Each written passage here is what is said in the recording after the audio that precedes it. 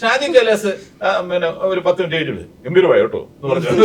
അങ്ങനെയൊന്നും പുള്ളി അങ്ങനെ പറയാറില്ല, അങ്ങനെ എടുത്ത് പറഞ്ഞു. അപ്പൊ ആ വൈബ് എന്ന് പറയുന്നത് അപ്പൊ ആസിഫിന് കൂടെ അഭിനയിക്കുമ്പോൾ ആസിഫിന്റെ മീറ്ററോ ആസിഫിന്റെ ഒരു രീതി അനുസരിച്ചോ എന്റെ കൂടെ ആസിഫിന്റെ കൂടെ നിൽക്കുന്ന ആ ക്യാരക്ടർ പെർഫോം ചെയ്യുമ്പോൾ ആസിഫിന് ഒരു സന്തോഷം ഉണ്ടാവും.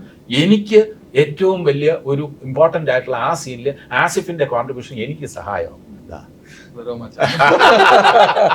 ഗോഡ് ഫാദറിൽ കാണിച്ച പോലെ കോമൺ സെൻസ് ആയാലും എന്തിനു വിഷമിപ്പിക്കുന്നത്, എന്തായിരുന്നാലും സീൻ ഞാൻ ആഗ്രഹിച്ച പോലെ വന്നില്ല. ഒരു നടൻ ഏറ്റവും വേണ്ടത് എന്താണെന്ന് ചോദിച്ചാൽ ഞാൻ പറയും കോമൺ സെൻസ്. ഇപ്പൊ നമ്മളെ ഈ ആക്ട് ചെയ്യുന്ന സമയത്ത് നമ്മളെ ഉള്ളില് OTT-ക്ക് ഇത് കൊടുക്കാം അല്ലെങ്കിൽ തിയേറ്ററിന് അത് കൊടുക്കാം എന്ന് ഒരു ആക്ടറിന്റെ മനസ്സിൽ വന്നു പോയാലേ അഭിനയം നിർത്തി വീട്ടിലിരിക്കുന്നതാണ് ഏറ്റവും നല്ലത്. അഭിനയിക്കാൻ പറ്റില്ല, ഉറപ്പായിട്ട് പറ്റില്ല.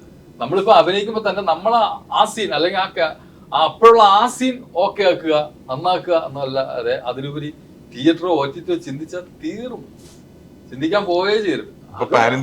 പിന്നെ ഇപ്പൊ പാനിന്റിയും ഏറ്റവും ഒരു നടൻ ഏറ്റവും വേണ്ടത് എന്താണെന്ന് ചോദിച്ചാൽ ഞാൻ പറയും കോമൺ സെൻസ്.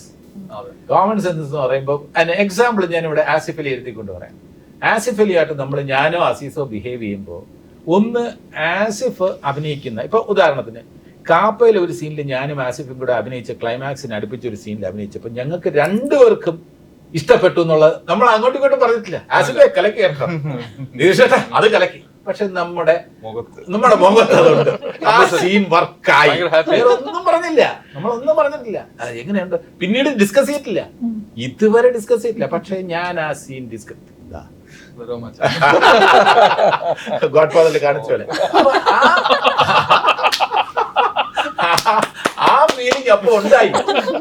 അതിന് പിന്നെ വേറെ സന്തോഷം കിട്ടിയെന്ന് പറഞ്ഞാൽ ഷാജി കൈലാസ് പിന്നെ ഒരു 10 മിനിറ്റ് കഴിഞ്ഞിട്ട് ഗംഭീരമായി കേട്ടോ എന്ന് പറഞ്ഞു. അങ്ങനെയൊന്നും പുള്ളി അങ്ങനെ പറയാറില്ല, അങ്ങനെ എടുത്ത് പറഞ്ഞു. അപ്പൊ ആ വൈബ് എന്ന് പറയുന്നത് അപ്പൊ ആസിഫിന് കൂടെ അഭിനയിക്കുമ്പോൾ ആസിഫിന്റെ മീറ്ററോ ആസിഫിന്റെ ഒരു രീതി അനുസരിച്ചോ എന്റെ കൂടെ ആസിഫിന്റെ കൂടെ നിൽക്കുന്ന ആ ക്യാരക്ടർ പെർഫോം ചെയ്യുമ്പോൾ ആസിഫിന് ഒരു സന്തോഷം ഉണ്ടാവും.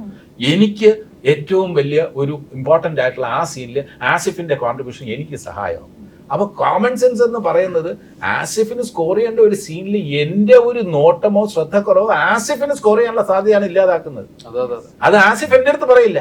എന്റെ സീനിയോറിറ്റി വെച്ച് ആസിഫ് ജഗദീഷ് ചേട്ടാ പറയില്ല, ആസിഫ് ഒരിക്കലും പറയില്ല. എങ്ങനെയുണ്ട്, കുഴപ്പമില്ല ഏട്ടാ എന്നേ പറയുള്ളൂ. അതെന്തുകൊണ്ട് കോമൺ സെൻസ് ആയാലും എന്തിനു വിഷമിപ്പിക്കുന്നത്, എന്തായിരുന്നാലും സീൻ ഞാൻ ആഗ്രഹിച്ച പോലെ വന്നില്ല. അത് തിരിച്ചറിയണം നമ്മള്. പിന്നെ പേഴ്സണൽ ആയിട്ടുള്ള ബിഹേവിയർ സിനിമ സെറ്റിൽ വളരെ ഇൻട്രസ്റ്റിംഗ് ആണ്, വളരെ ജോവിയലാണ്, എല്ലാവരും ബഹളമാണ് എന്നൊക്കെ പറഞ്ഞ് സംസാരിക്കുന്നതെന്നൊക്കെ പറയും.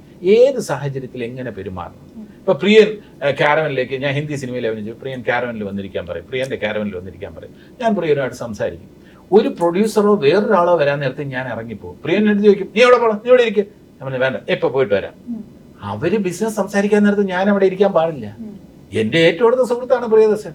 പക്ഷെ പ്രിയദർശന്റെ ബിസിനസ് സംസാരിക്കാൻ നേരത്ത് ഞാൻ അവിടെ ഇരിക്കുന്നത് ശരിയല്ല എന്നുള്ള ഒരു കോമൺ സെൻസ് എനിക്കുണ്ട്. ഇല്ലെങ്കിൽ പ്രിയൻ അപ്പൊ ഒന്നും പറയില്ല, നീ ഇരുന്നോന്ന് പറയും. അപ്പൊ ഇത്തരത്തിലുള്ള ഒരു കൂടെയുള്ള ആക്ടേഴ്സിന് അവരുടെ കംഫർട്ട്, എന്റെ കംഫർട്ട് ദോഷകരമായി ഒന്നും വരുത്താതിരിക്കാൻ ആസിഫ് ശ്രമിക്കും. ആസിഫിന് കുഴപ്പം വരാതിരിക്കാൻ ഞാൻ ശ്രമിക്കും.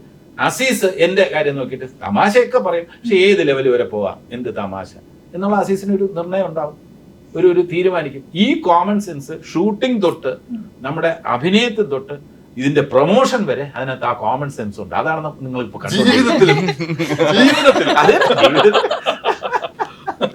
അതാണ് വേണ്ടത്. ഏത് വരെ ആകാം, എന്തൊക്കെ ആകാം എന്നുള്ളത് നമ്മൾ ഡിസ്കസ് ചെയ്ത് അതിന്റെ ഒരു വൈബുണ്ട്. നമ്മൾ എത്രയോ തുടർച്ചയായിട്ട് ഇന്നലെ തൊട്ട് തുടങ്ങിയതാണ് ഇത്, എത്രയോ ഈ അഭിമുഖമായി എന്നറിയാം. എന്നിട്ട് നമ്മൾ ബോറടിക്കാതെ വീണ്ടും വീണ്ടും സംസാരിച്ചുകൊണ്ടിരിക്കുകയാണ്. അത് ഒരു കാര്യമല്ല, പല പല